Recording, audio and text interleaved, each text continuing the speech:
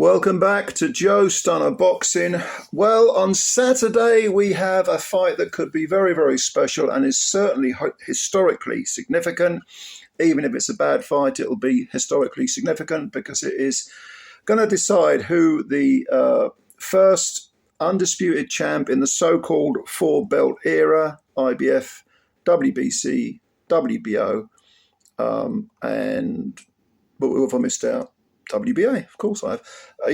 Those four belts are coming together. ARTUR BETERBIEV, 20 wins, 20 KOs, no draws, no defeats against DMITRII BIVOL, 23 wins, 12 KOs, no draws, no defeats. You know, it doesn't get bigger than this. Not if you're a hardcore fan, not if you're someone that follows boxing history and that wants to see the last man standing, which surely we all do. You know, too many belts, too many titleists, not enough champions. That's what we have in boxing. So you're talking about a 33-year-old Russian, 6 foot tall, that's Bivol, orthodox fighter, going in there with another guy who's originally from Russia, now resides in Canada, ARTUR BETERBIEV, 39 years old, 5'11", I think he was. He's probably about the same size, maybe half an inch shorter. And it's for all the marbles. You know, what can we say? These are the fights we really live for. Let's be honest. You know, your Usyk Fury and this sort of thing. This is what we want. We want the last man standing, the champion, the man. In each division. Just like Crawford was at welterweight, just like Inoue is at super bantam. And was at bantam, of course. So the obvious question, who's going to win? Who's the favourite? Well, interestingly, I looked at the bookies' odds before I did this video, and I think Bivol is kind of the favourite, which might surprise a few people because in BETERBIEV we have an absolute wrecking machine. Hugely physically strong guy who was actually boxing as a heavyweight in the amateurs, not a super heavyweight, a heavyweight, which is kind of like a modern-day cruiserweight. And somehow still manages to make 175 and has done through his whole career, even at the age now of 39. Now, a lot of people have cast aspersions and said, okay, how does he make that weight, I wonder? Wink, wink. And there was some sort of controversy, I think, with not controversy, but something that was food for thought regarding one of his tests previously when he was about to fight Callum Smith. That was his last fight, and that was back in this January. This fight is a postponement. It was postponed. It was originally going to take place several months earlier, and BETERBIEV badly damaged his knee. I think was it a cruciate ligament or something. It was a bad, serious injury to the knee. And that might be why Bivol finds himself as the possible bookie's favourite, depending on which bookie you go to. I think most of them have got Bivol as the favourite, though. The odds slightly vary. They can be a bit narrower. But I think people are thinking, okay, he's 39 years old. He won't have been able to do much with that busted knee, so he might have put on weight. The weight's a factor. The damaged knee's a factor. And his age is a factor. And I agree with that assessment. I think all three, that sort of, three-pronged attack, if you like, against Bivol, those are three big question marks over his head. Now, that's not to say he can't win. That's not to say he can't knock Bivol out, just like he's knocked his previous 20 opponents out. And like I say, Smith was the last one. Callum Smith never previously stopped, went the distance with, the smaller, down at super middleweight Canelo. He got stopped in 7 rounds, basically had the crap beaten out of him. Prior to that, Anthony Yarde, that was actually early January, February, March of 2023, one of those early months. Anthony Yarde, he knocked him out. He stopped him in 8 rounds. But that was a tough fight. Put a few miles on the clock. Prior to that, Joe Smith Jr. Stopped him in 2 rounds. That was in 2022. 2021, Marcus Brown stopped him in 9 rounds. Now, you see, he hasn't been that busy, hence the reason he's only got 20 fights on his resume. But when you consider that he's the age he is, it means that there aren't necessarily that many miles on the clock. Yes, he had. I mean, the Marcus Brown fight, he had a real horrendous cut, more like a chop on the forehead.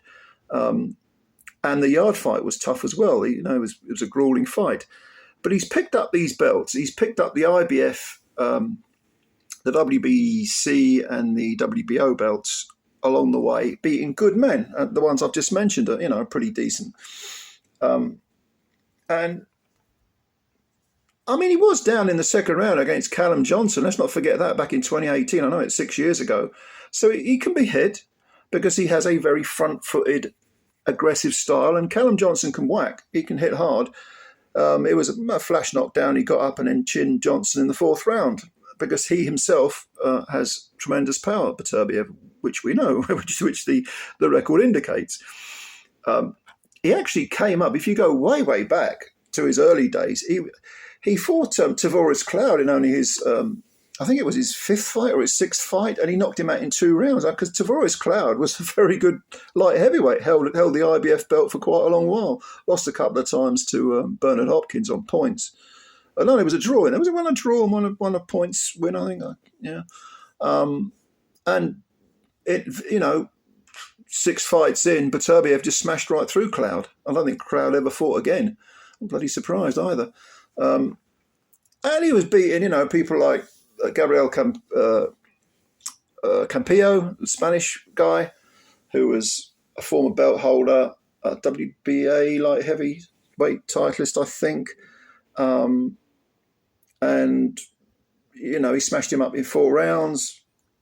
Did he knock him out of the ring? I can't remember. Anyway, he beat him up. I mean, that was a good win. That was early on in his career. So the quality of those 20 fights, you can't really knock it. You really can't. Now, in the case of Bivol, I mean, I'd say that the quality of the opposition is not quite on the level of Beterbiev, but Joe Smith Jr., he outpointed him over 12. Jean Pascal, he outpointed over 12. When he fought Craig Richards gave him, it was actually quite a close fight on 2 of the cards, 115, 113. But, again, Richards, if you let him get his engine running, is a pretty good fighter. And he handled it. I mean, that was at the Manchester Arena in England. So Bivol has travelled as well. Beterbiev's been over to the UK and so has Bivol. I think, obviously, there's the Canelo fight where some people made Canelo the favourite to win that fight. I thought Bivol would win but might get robbed. In actual fact, he got a deserved decision. It was a unanimous decision, quite rightly too. But I think the fight he had afterwards was the most impressive, simply because he showed that he could handle a big brute of a man, a big giant of a man. And that was when he beat Gilberto Ramirez, who would go on to win a cruiserweight belt. And that was over in Abu Dhabi in 2022, and he outpointed him over 12 easily. And he showed Bivol that, the old cliche skills pay the bills really does apply, because he boxed beautifully in that fight, just as he had done against Canelo.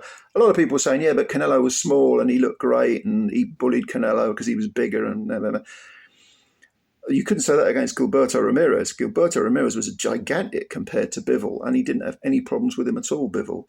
And also, let's not forget that Bivol himself is not a big light heavyweight. Unlike Beterbiev, he makes the weight very easily and has actually talked about rematching Canelo by going down to 168. So, now, in terms of power, Bivol obviously doesn't hit as hard as Beterbiev, and he doesn't try to. He's quite content to win those 12 little individual contests, those 12 little rounds, those little mini fights, one at a time, and outpoint you, no problem. I think he went, was it 9 consecutive 12-round decisions, something like that? And then in his last fight, he beat Malik Zinad over in Riyadh, who was a replacement for Beterbiev. And he knocked him out in 6 rounds. That was the first, I think, knockout in about 6 years.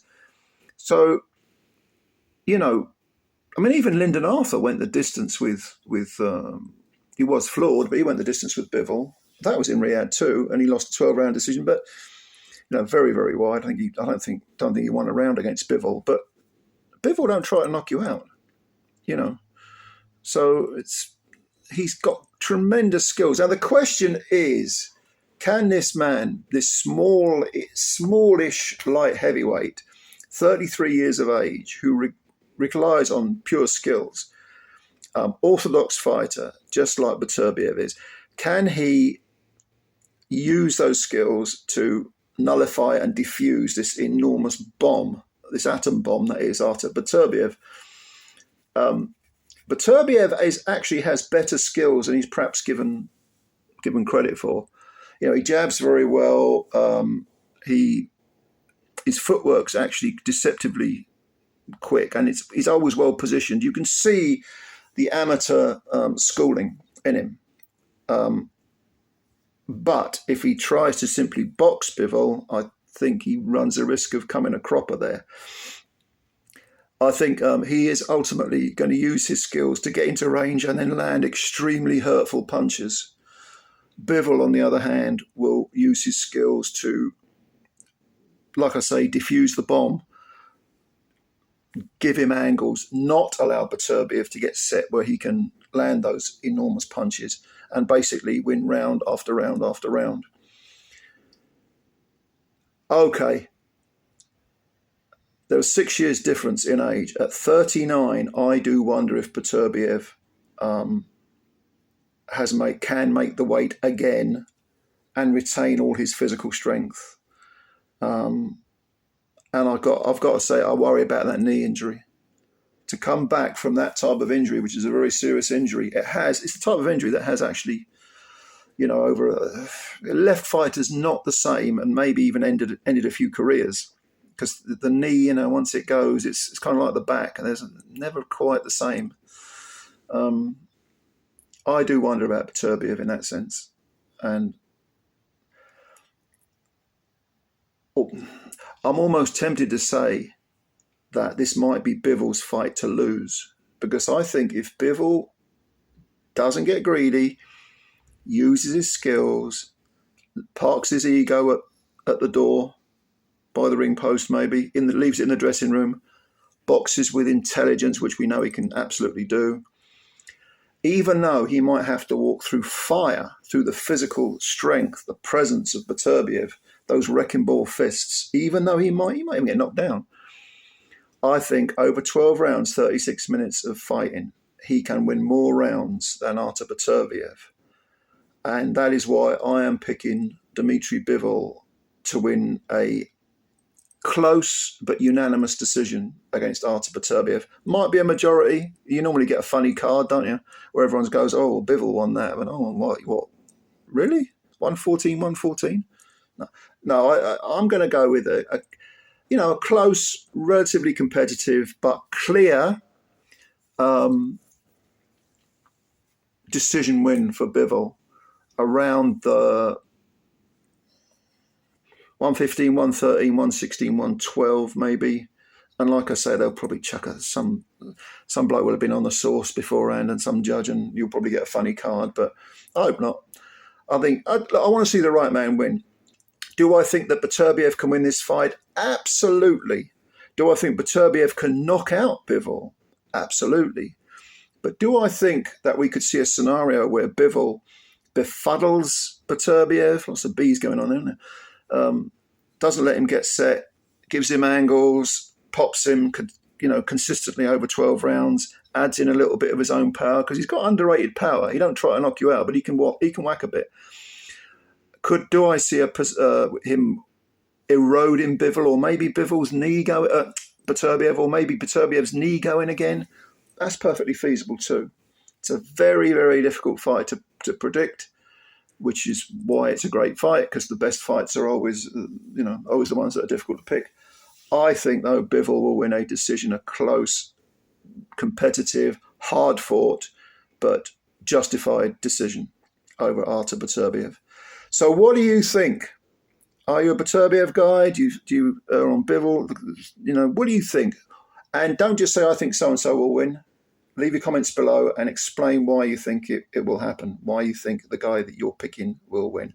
Thank you, as always, for listening in. Leave your comments below. Subscribe if you're new. Hit the like button. What a great fight this is going to be. And I will catch you later. Bye for now.